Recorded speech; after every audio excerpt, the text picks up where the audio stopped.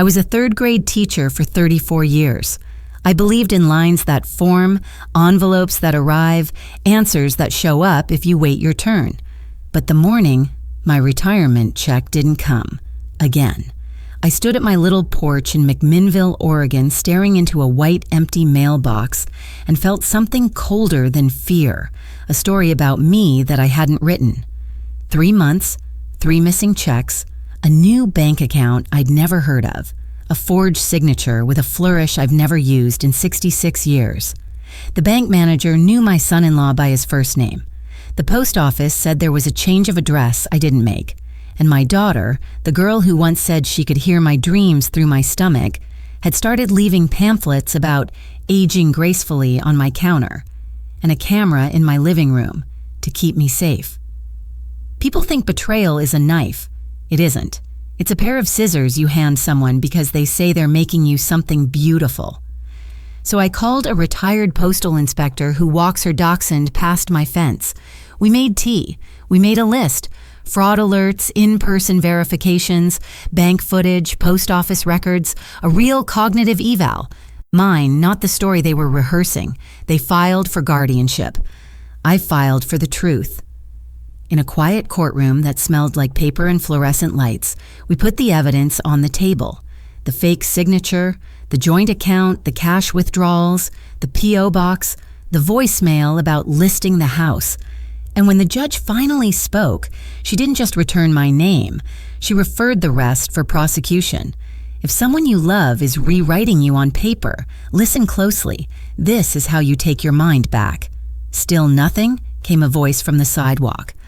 I looked up to see Ruth Delgado, my neighbor, walking her dachshund, Pepper. Ruth is one of those people you don't notice at first because she's so calm. And then you realize you've noticed her every day for 5 years without admitting it. 70-ish, palm-sized glasses, gray braid tucked under a baseball cap that says USPS-PI, ready, in small white letters. I once assumed the PI was a joke. I later learned it wasn't. Still nothing, I said. That makes 3. Ruth stopped. You call the pension office? I did, twice. They told me it was switched to direct deposit last month, to a bank account I've never heard of. She whistled low. Pepper sneezed. That's not nothing. I know. Did they say who authorized it? They said I did. I signed a form. They emailed me a scan of my signature. I tried to smile. Apparently, I learned to write my name with a flourish I've never used in 66 years. Ruth tilted her head, and the little triangle of doubt between her eyebrows deepened. She came closer, and Pepper tried to climb my shin, all love and greed. Inside, she said gently, "Let me at least make you tea while you tell me the rest." I let them in. My house is one of those one-story bungalows that looks like a retired teacher, even when a retired teacher doesn't live there. Books everywhere, handmade quilts, ceramic mugs from the public library's annual fundraiser. I put water on the stove and tried to remember who I was before today. Before the next thing I was about to tell Ruth made me into a person I didn't recognize. Because I knew what had happened. Not the details, not the how or the who witnessed what. But I knew who would have the audacity to forge my name and imagine I wouldn't notice. I knew who had recently started leaving pamphlets about aging gracefully on my kitchen counter and making offhand comments about forgetfulness, the sort that feel like freckles until you realize someone has been connecting them into a shape of their own. My daughter, I said when Ruth and I sat at the table, and my son-in-law, Lila and Cameron. Ruth's eyes didn't go wide. There was no shock. There was something worse. Recognition, like an old ache. Tell me why you think so. Because when I called the bank yesterday morning, I said, and told the manager what happened, he said, "Mrs. Harris, we can discuss your account, but perhaps your son-in-law could join. He seems to be the one handling your finances these days." My voice broke on finance. He used Cameron's first name. He called my son-in-law by his first name. They've met. "You didn't authorize that," Ruth said, not asking. "I can still remember what I had for lunch in 1988, I said. "I can remember which student drew a giraffe with wings and insisted it wasn't a giraffe. It was a long horse who learned to fly because it believed. I can remember our first mortgage payment. I can remember the sound my daughter made when she saw the ocean. I have never authorized anyone to change my bank accounts. Ruth pushed her cup away. "We're not going to panic," she said, and her voice had the weight of someone who had once worn a badge. "We are going to write down everything you've already done and everything you've been told. You're going to forward me that email with the signature, and we're going to decide what needs to happen next." In the living room, the afternoon light made dust float like everything was happening underwater.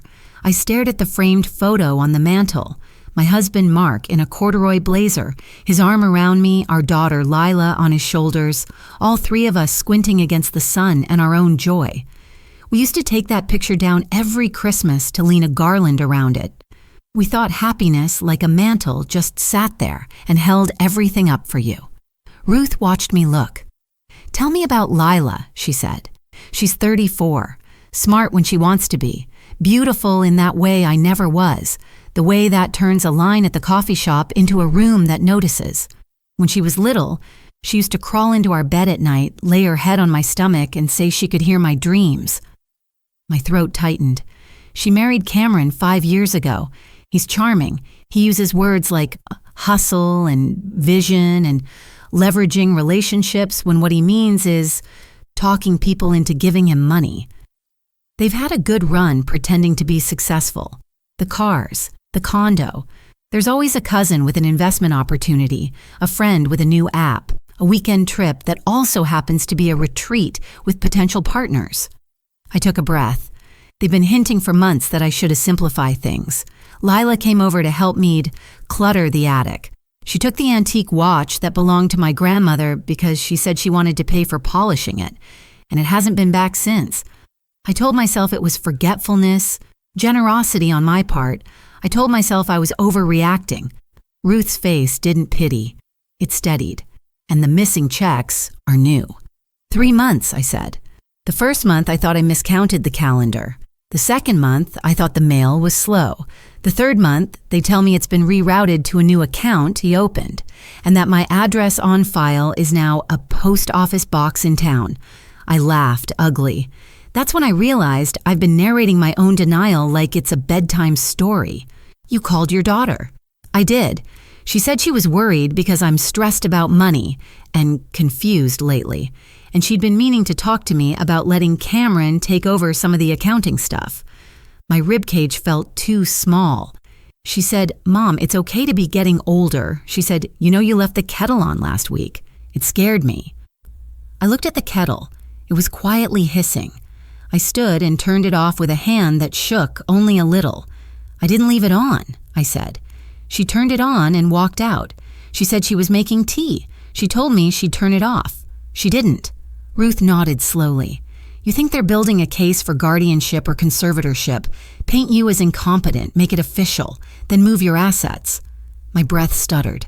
I hate that word, assets. If you live long enough, the things you can hold are renamed until they sound like they belong to someone else. House becomes asset. Photo becomes estate. Your own name becomes a signature on paper you barely touch.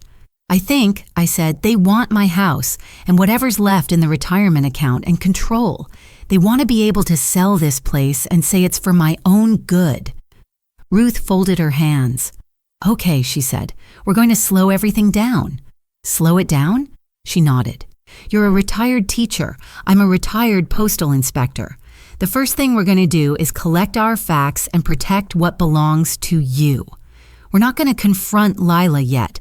We're not going to tip our hand. We are going to call your bank manager together. We are going to call the pension office again. We are going to ask them to note your account with a fraud alert and to require in-person verification for any changes. We are going to pull your credit. We are going to document every conversation." "Ruth," I said, "I don't want to get anyone in trouble." She looked at me, kind as a hand on a shoulder. "Evelyn," she said, "they're already in trouble. You're just deciding whether you're going to stay alone with it." I sent her the email with my forged signature. She zoomed in, lips pursed, the way a violinist listens to an off note in a crowded hall and still hears the right pitch behind it. "People think signatures are art," she said. "They're habits. You don't change the way you make an E on a Tuesday because you want to. She pointed. This loop? Not yours. The slant here? Whoever did this writes like they learned by copying brochures. I laughed for the first time all morning, an absurd little bark. That's very specific. Ruth shrugged. Comes with the hat, she said, tapping the brim. Then she sighed. I'm not law enforcement anymore, but I can tell you where people slip. Change of address forms, post office boxes. I can tell you what to ask, and we can get you someone who practices elder law now, not when they're knocking on your door with paperwork. I touched the edge of my mug. A lawyer? A good one, she said, who believes that getting old doesn't mean giving away your life to the nearest relative with a folder. By evening, I had a yellow notebook open on the kitchen table with neat rows of times and names and what they'd said. I had a voicemail from a legal aid clinic that handles elder justice cases. I had Ruth's cell number, which I already had, and her promise, which I didn't fully understand until it sat there quietly between us. You are not alone. Lila came by the next afternoon. She didn't knock. She never used to knock when she was a girl. She'd burst in, hair everywhere, shouting, "Mom!" in this way that made the house itself brighter. She walks in now like the house has been waiting for her to decide if it deserves company. "Hey, Mom," she called. "I brought lunch." She did bring lunch, a deli bag with a logo that cost more than my blouse. She put it on the counter and hugged me, and I let her. The daughter I love held me. Her hair smelled like hope if hope were vanilla. "How are you?" she asked too brightly. "I'm fine," I said, then gently. "I called the pension office. They said my checks went to a new account this month. It wasn't mine. They said the change was authorized with a form I signed. I didn't sign it." Lila's face performed surprise in small, graceful moves, like a dancer showing she understood a story without believing it. "Oh no," she said, hand to chest. That's scary. I wonder if someone at the office got your paperwork confused." "Maybe," I said. "The bank manager seems to know Cameron." Her eyes flashed so quickly I might have missed it if I hadn't seen it before, when she was 13 and lying about a party. "We met him there once," she said. "Remember? When we helped you set up online access? That was 3 years ago." She opened the fridge, took out sparkling water, opened the cabinet, rummaged. "Mom," she said, light, "you've seemed a little off lately. Nothing big, just little things. The kettle, the mail. The other day you said you forgot where you put your car keys and you'd place them in the microwave." She laughed softly. "That's not like you." "I didn't put them there," I said. "You did to keep them safe, and then you left. You told me where they were. You reminded me, remember? You shouted it from the doorway as you walked out." She waved a hand. "Well then, good thing I saw them," she said. "Mom, we should talk about having Cameron help with some of your bills and accounts. Just short term while we sort this out. He's really good with this stuff." "And the pension checks," I said, steady. "What account are they going to?" She blinked, looked down. "I don't know, Mom. Why would I know that?" Then quickly, I worry about you falling for a scam. You always trust people. You're too nice." I let her say her lines, the part where she gently questions my memory, the part where she suggests a doctor's appointment just to be safe, the part where she says, almost offhand, that she printed out a power of attorney form she found online in case we ever need it, because it's good to be prepared. I watched her like I used to watch my students when they rehearsed plays and forgot they were even in a room with me. When she left, I pressed my palm to the cool wood of the door and tried not to cry. It's a strange feeling to stand in your own house and wonder how long you've been in a story that someone else is writing. 3 days later, I sat in a small office with a plant that looked too much like an apology and a lawyer who introduced himself as Daniel Pike. He was maybe 32, sandy hair, tie loosened already at 9 in the morning, a way of looking at you like he wanted to hear all the wrong notes before he told you where the music could go next. "I'm glad you called us," he said. "Mrs. Harris, elder financial exploitation is more common than people think. When it happens inside the family, it's even harder to talk about." "People think it's a scandal," I said. "It feels like a funeral." Daniel nodded. "We're going to make a plan." His plan began with a list. Freeze changes on my pension and any accounts, add verification steps, request copies of any forms on file, ask the bank to flag any transactions on the new account that use my name, contact the post office to verify whether a change of address had been filed, check for any filed guardianship or conservatorship petitions, and, through the clinic, arrange for a neutral cognitive evaluation by a specialist not chosen by my daughter. Why the evaluation? I asked. Because this is how these cases work, he said. Someone tells a story about you that's not true. The story gains power because it's repeated in the right rooms. We need your story supported by people who do not know you and have no reason to lie for you. I sat straighter. I can tell the truth myself. I know, he said, gentle, and you will. But one of the ways to protect you is to make it harder for anyone to pretend you're saying what someone else told you to say. I liked him because he didn't talk to me like I was fragile or a project. He talked to me like someone who had been tired before and survived it. Ruth came with me to the post office the next morning. She lingered by a bulletin board while I waited in line to ask about the supposed change of address. When it was my turn, I gave my name to the woman at the counter. She typed, squinted at the screen, and said, "We can't discuss change of address records without proper authorization." Ruth ambled up then, casual as a cat. "Evelyn," she said, "remember what I told you? You can ask the clerk to check whether there's any active hold or forward on your address. She can tell you yes or no, not the details." The clerk nodded. "Yes," she said, grateful for the script. "I can tell you yes or no." "Is there one?" I asked. "Yes," she said, looking sorry to be the bearer not of bad news, but of confirmation.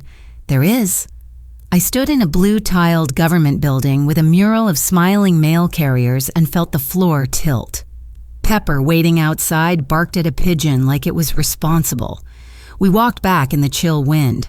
Ruth didn't say I told you so. She said, "Okay, good.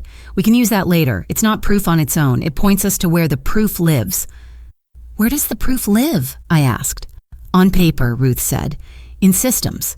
With people who can testify. We'll help the right people meet each other." I used to believe that truth announced itself. It doesn't. It has to be introduced. The next weeks were a quiet war fought in lists and calendars. Daniel helped me put my accounts on lockdown. He filed a fraud alert. He sent letters. He got me an appointment with Dr. Barbara Walton, a cognitive specialist who told me bad jokes while I did memory tests and language puzzles that were almost fun if they weren't loaded with meaning. When you're being tested to prove you can keep your own name, your own address, your own life, every 5-letter word becomes a declaration of independence. "You're sharp," Dr. Walton said when we finished. "You're more than sharp, you're practiced. You're used to paying attention." "I taught 3rd graders for 3 decades, I said. "I can hear someone's candy wrapper from 2 hallways away." She smiled. "I'll send my report to your attorney, and to you."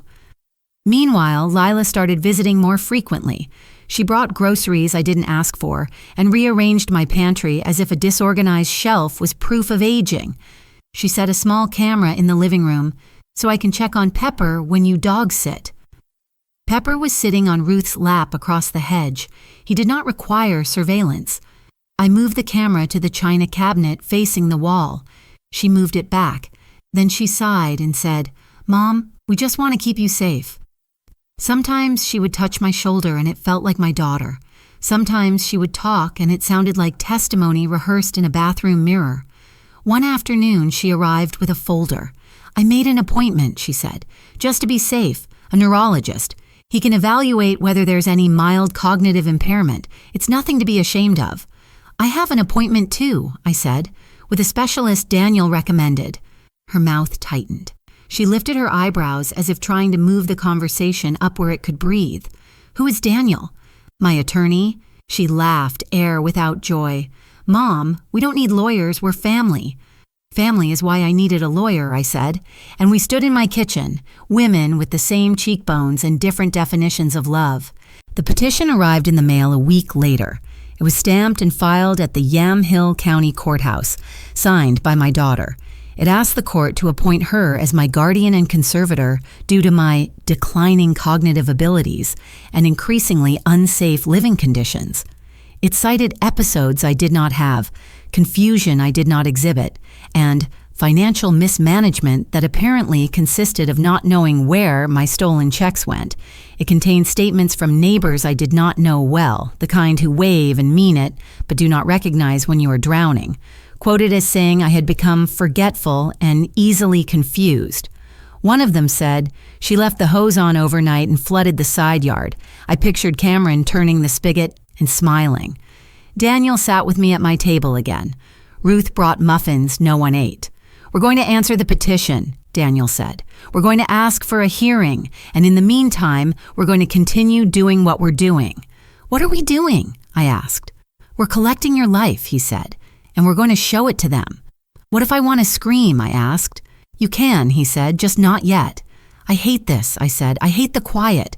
I hate walking around my house knowing there's a plan with my name on it that wasn't written by me." Ruth reached across and squeezed my hand. "Then write your own," she said. We did, in small ways. Daniel arranged for an evaluator from Adult Protective Services to visit. The woman came in a cardigan and kind eyes and asked questions about my medication and bills and whether anyone had ever yelled at me in a way that made me feel small. I told her the truth. I told her that my daughter loved me once with a fierceness that could knock a bully off a slide. And now she loved me in a way that looked like a signature on a petition. I started keeping my own camera, visible, pointed at the living room, a little red light that said, "I am not a stage." Lila rolled her eyes at it, which the camera recorded. I tried to sleep and couldn't. At 3 a.m, the house made those noises a house makes when it's being a house, and you imagine it means something. I had the urge to get in my car and drive to the ocean just to prove the horizon still existed. Instead, I made a list of all the girls in my 34 years of teaching who had come to my classroom with a burden they could not articulate and left knowing they had a right to be believed. If you do anything long enough, it becomes who you are. I'd taught long enough to know that the small brave thing often becomes the big brave thing if you keep going. The court date was set for 6 weeks later. That gave Lila and Cameron time to keep rehearsing their story, and it gave us time to gather ours. There's a difference between revenge and restoration. I didn't want to win something from my daughter. I wanted to get my life back. In the 3rd week, the pension office called Daniel to confirm they had frozen my account and reversed the last deposit. They had a name on the form that switched it to direct deposit, not mine, a post office box for correspondence. Daniel didn't tell me who the box belonged to. He told me he had it. He said it like a fisherman who doesn't brag about the fish. He just cleans it and serves it with lemon 6 hours later. The bank manager agreed to meet with me in person. His name was Milo. He had the nervous courtesy of someone who understands he is standing inside a problem. He ushered me into an office that smelled faintly of printer ink and shame. "Mrs. Harris," he said, "I want to apologize for any miscommunication on our end. I understand there's concern about a new account opened with your name." "There is," I said, "because there is a version of me who doesn't mince words anymore. We have identified the account," he said. "It is not in your sole name. It's a joint account. It was opened by Mr. Cameron Hart, with documentation indicating he was acting under a valid power of attorney." I felt cold. "There is no valid power of attorney," I said. "I understand," he said quickly. "We have frozen the account pending investigation. We are cooperating fully with your counsel. I want you to know that we are taking this seriously." "Do you know where the funds went?" Daniel asked. "Some were moved into a brokerage account in the same names. Some were used to pay credit card balances. There were several large cash withdrawals."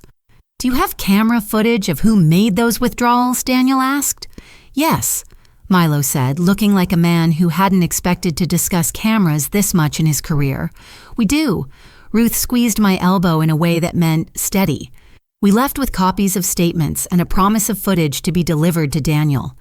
I sat in my car and stared at my hands on the wheel, veins like blue roads, and thought about all the times I'd taught a child to hold scissors safely and cut straight lines. People think betrayal is a knife. It's not.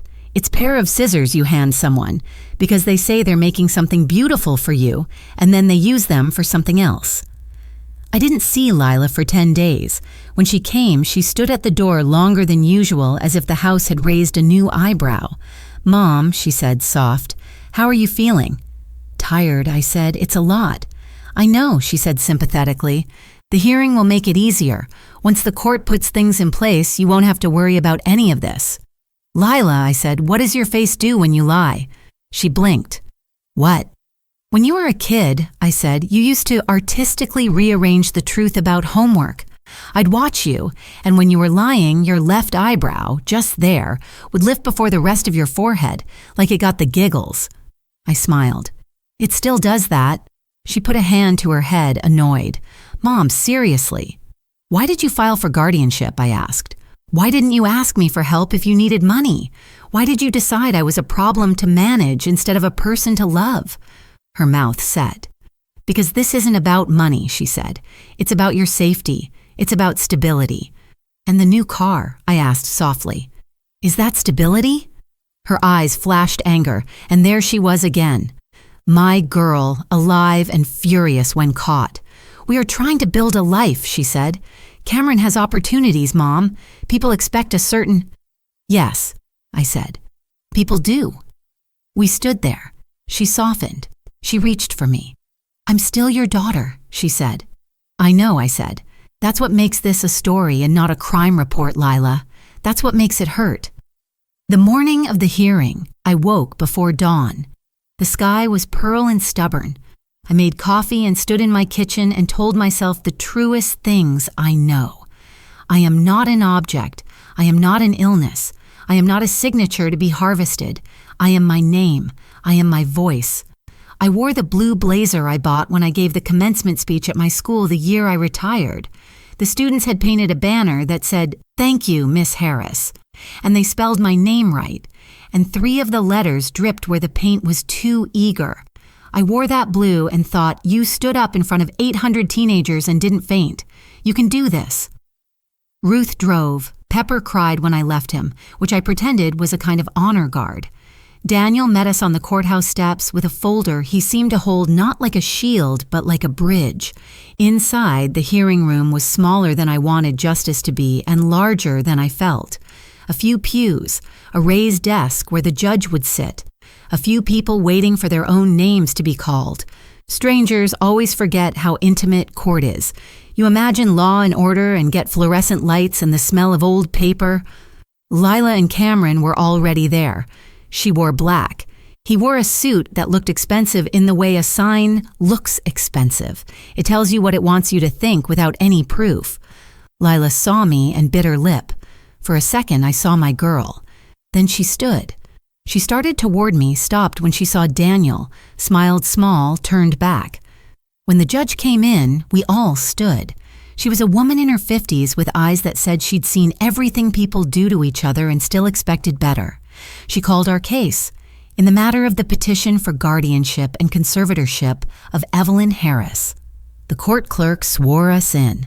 It felt strange to raise my right hand and promise to tell the truth about my own mind, as if it could be separated from my heart and placed on a shelf for examination. Lila's attorney went first. He painted a careful picture of a loving daughter concerned about a mother's decline. He mentioned the kettle. He mentioned incidents that were more anecdote than evidence.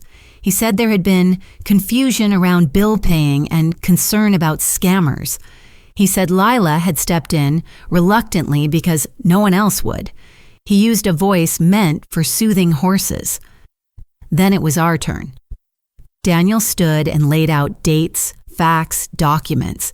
He used his soothing voice not on horses, but on the truth, so it trotted where it needed to go. He called witnesses. The pension office representative on a video screen testified that I had called multiple times to report missing checks, that a form had been submitted to change my deposits, and that the signature did not match my usual signature on file. He said the mailing address had been changed to a post office box registered to a Cameron Hart. He said the change had been flagged and reversed. The bank manager testified about the joint account, the withdrawals, the camera footage showing Cameron making several of those withdrawals. He looked like a man who had made a mistake and wanted to apologize to me inside the apology he gave the court. A representative from the Postal Service, not Ruth, she cannot and would not use her old badge for me, testified that there had been a change of address request attached to my name and address to the same post office box. He did not say who filed it. He said what existed. It was enough. Dr. Walton testified that she had evaluated me and found no evidence of dementia or other cognitive impairments that would justify guardianship. She said I had intact memory, executive function, and judgment, and then she smiled at me. Not like a doctor, but like a person who had had a good conversation with me. Then Daniel called Ruth. I didn't know he would. Ruth walked to the front, swore in, and took her seat at the witness table. Like every table is a kitchen table if you have the right hands. Miss Delgado, Daniel said, what did you observe in the weeks after Miss Harris discovered her pension checks were missing? Ruth glanced at me, then at the judge. I observed a woman who did her best to handle things in good faith, she said. I observed her daughter visiting frequently, encouraging her to sign documents she didn't fully understand, making comments that suggested confusion where there was none. I observed a camera placed in Miss Harris's living room without her clear consent. I also observed Miss Harris remain clear-headed and ask appropriate questions. Did you see any behavior by Miss Harris that suggested she was unable to manage her life? Daniel asked. No, Ruth said. I saw a person under stress behaving like a person under stress. Did you see anything that concerned you about the daughter or son-in-law's conduct? He asked. Ruth paused. I saw urgency, she said, a rush to make things official. I've learned to be suspicious of hurry when it shows up with paperwork. Lila's attorney cross-examined. Miss Delgado, you're not a doctor, he said. No, Ruth said. You're not a current postal inspector. No. So your observations are those of a neighbor. Yes, Ruth said and smiled. An attentive one. Then it was me. I walked to the table and sat down and placed my palms flat so I wouldn't clutch anything. My voice didn't shake. I told the judge how long I'd worked at Lincoln Elementary, what it's like to watch a child read their first sentence, how my husband died too young and left me the house and grief and a garden. I told her about the missing checks. I told her about the bank. I told her about finding out my name had been moved into spaces without my permission. I told her what it feels like when someone you love suggests you're losing yourself so you'll hand over the parts that matter. I forget things, I said.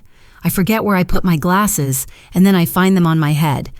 I forget why I blacked out the name of the student who drew the flying giraffe on the back of a spelling test. And then I remember it at 2 a.m. and laugh alone in my kitchen. I forget sometimes that grief is not a sentence, but a paragraph. With an inside joke you can't explain to anyone. I do not forget my name. I do not forget where I live. I do not forget that I am myself. Daniel looked at me like you look at a student when they get something exactly right and you want to clap, but you don't. The judge looked at me like a woman who taught has decided to teach again here, now. Daniel wasn't done. He asked the judge's permission to play a recording. It was a voicemail from my daughter to a friend, Lila, who thinks nothing is private because everything is content, where she said, once the court signs off, it'll be so much easier. We can list the house. Mom won't have to stress about it. Cameron says we could net $420 easy if we do minimal upgrades. Lila's face went white. Cameron stared at the table as if he'd misread the manual.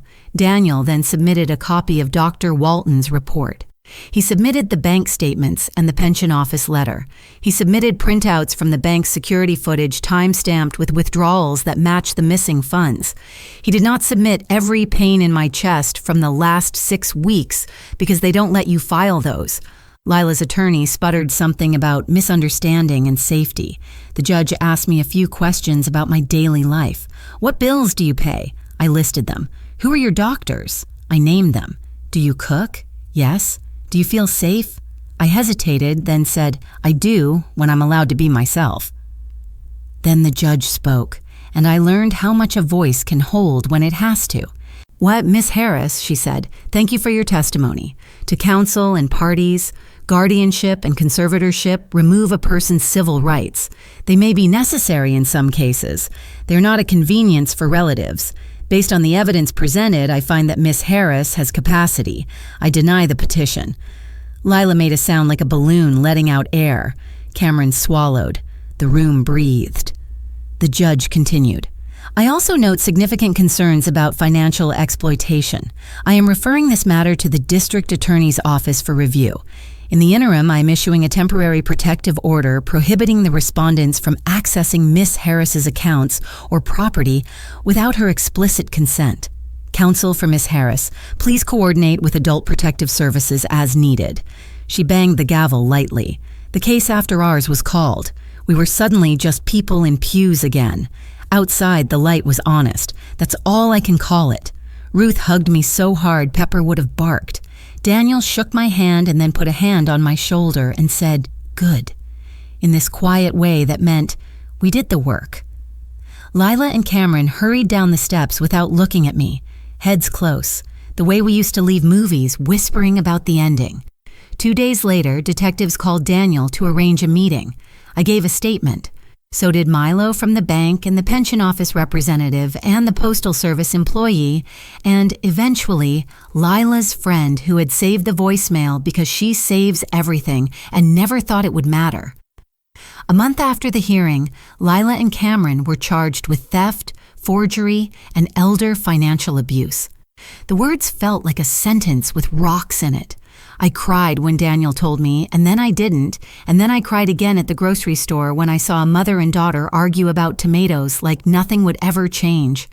If you're waiting for the part where I say I was satisfied, here it is. I was, and I wasn't. Justice is less like a door slamming and more like a window being propped open. You breathe, but the view has changed forever. The night after the charges were filed, Lila came to my house. She knocked, which she hadn't done in years. I opened the door, and there she was, my girl, face bare, hair pulled back, eyes red. "Mom," she said, "can I come in?" I stepped aside. We stood in the living room in the blue light of late day, and the silence felt like a third person waiting to see what we'd do. "Why?" I asked finally, because there is always a why behind a what. She looked down at her hands. "It started small," she said. "Cameron said you were overwhelmed, that everybody does powers of attorney now, that it just meant we could help. He said his business was going to turn a corner any minute. He said investors needed to see that we could handle actual assets." Her voice broke on the word. "I told myself you'd be safer if we took over. I told myself you'd be relieved.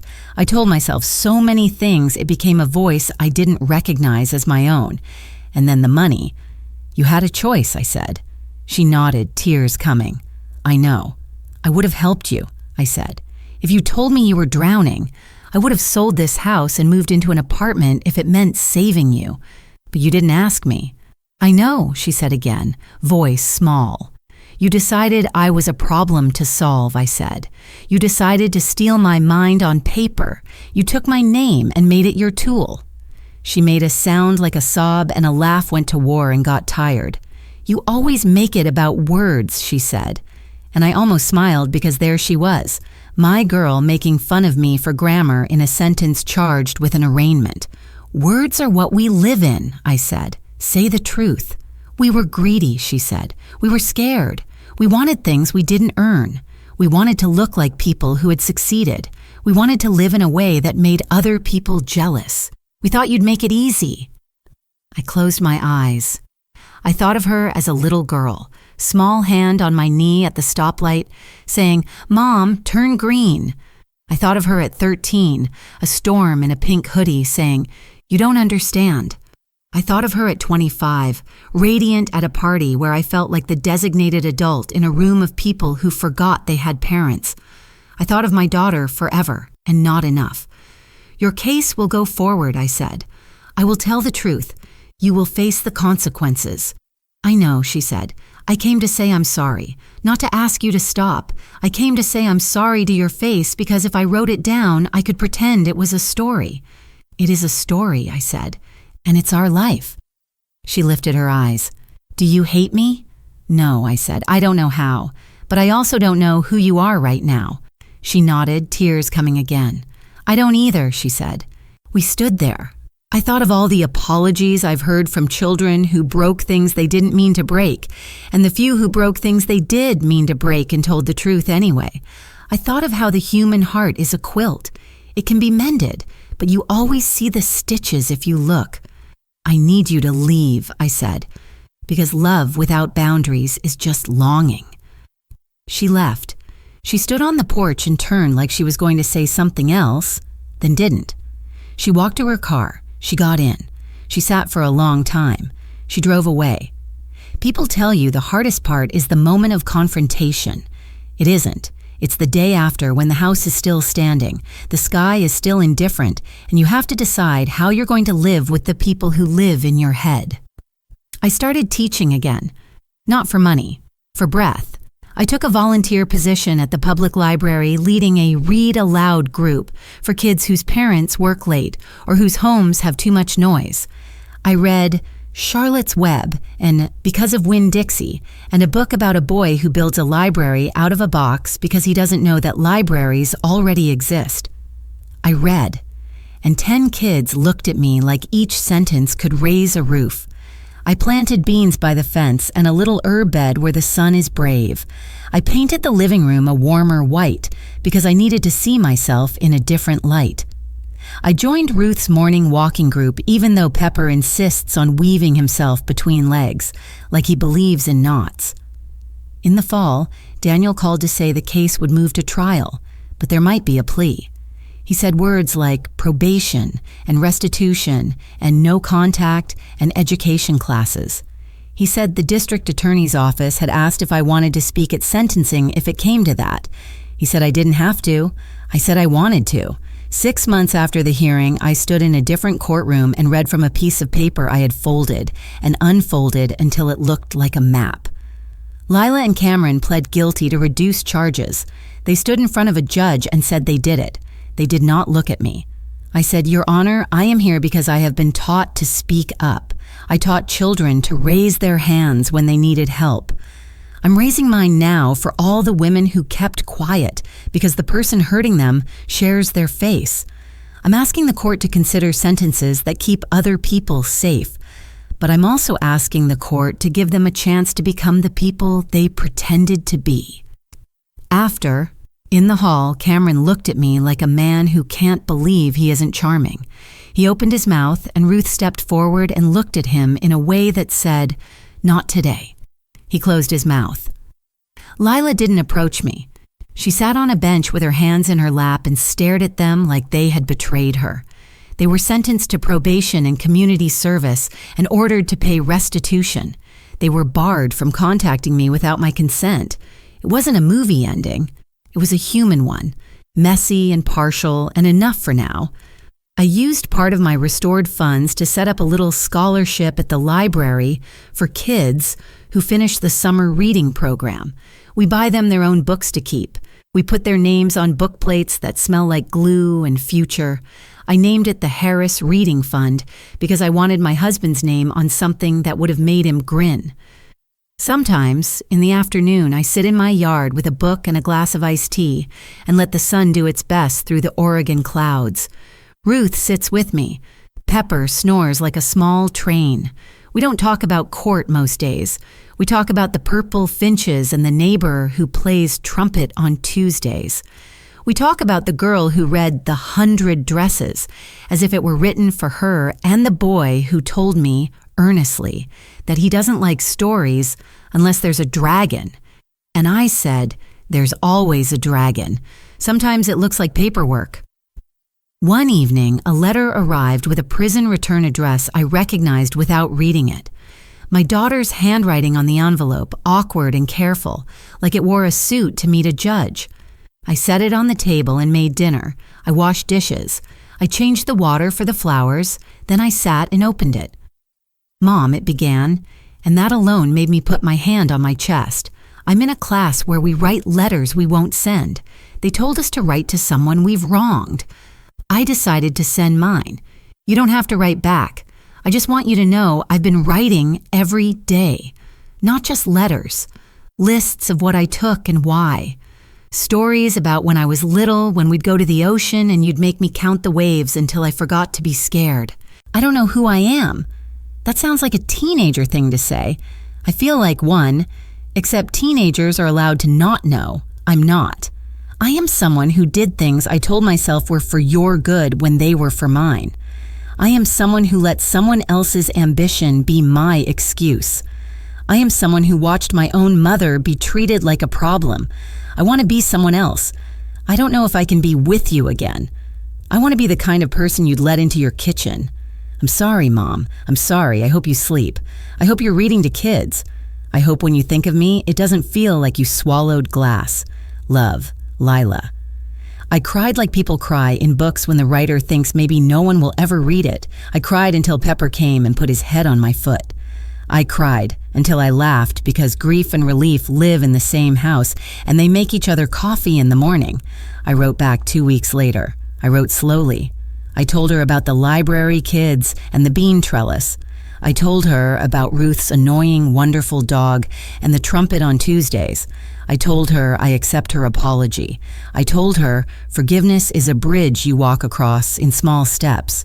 I told her that for now, the no contact order was a kindness for both of us.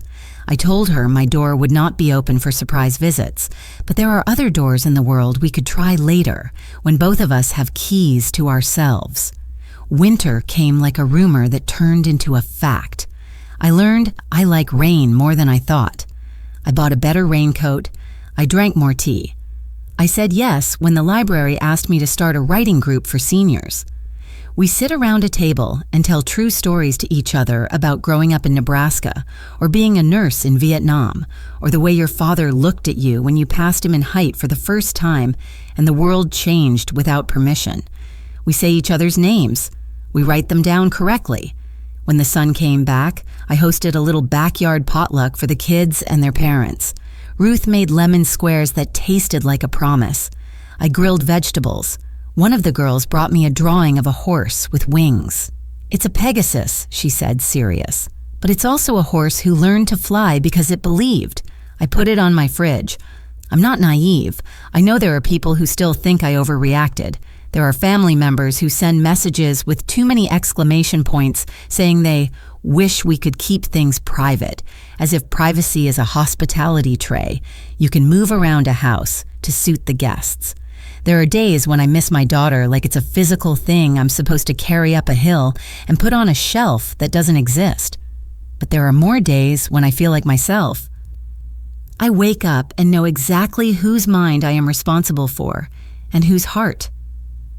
I open the mailbox and there is the white envelope with my name, and I put it in my pocket like a person putting a hand into a winter coat and finding a forgotten candy.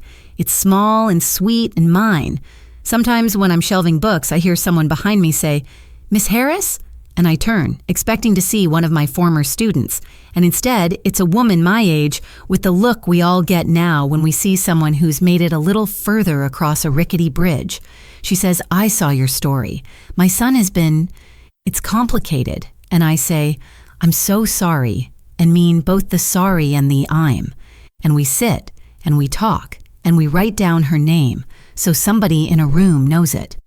On a bright Friday in June, the library hosted a little ceremony for the kids who finished the reading program. We handed out certificates and book plates and lollipops, because even sugar can be an anthem. The mayor spoke about community like it wasn't a word you have to rediscover every year.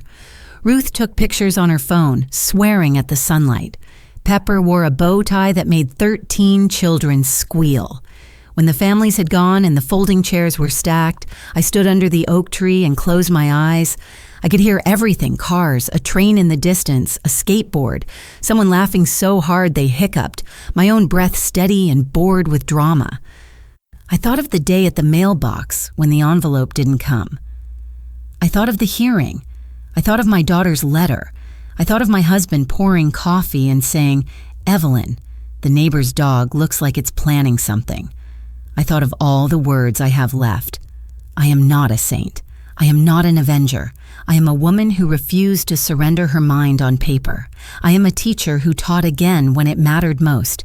If you're listening to this, if you're sitting in your own kitchen looking at a form with your name on it that doesn't feel like your name, if someone you love is telling you the story of yourself in a voice that makes you want to hide, come stand by my fence.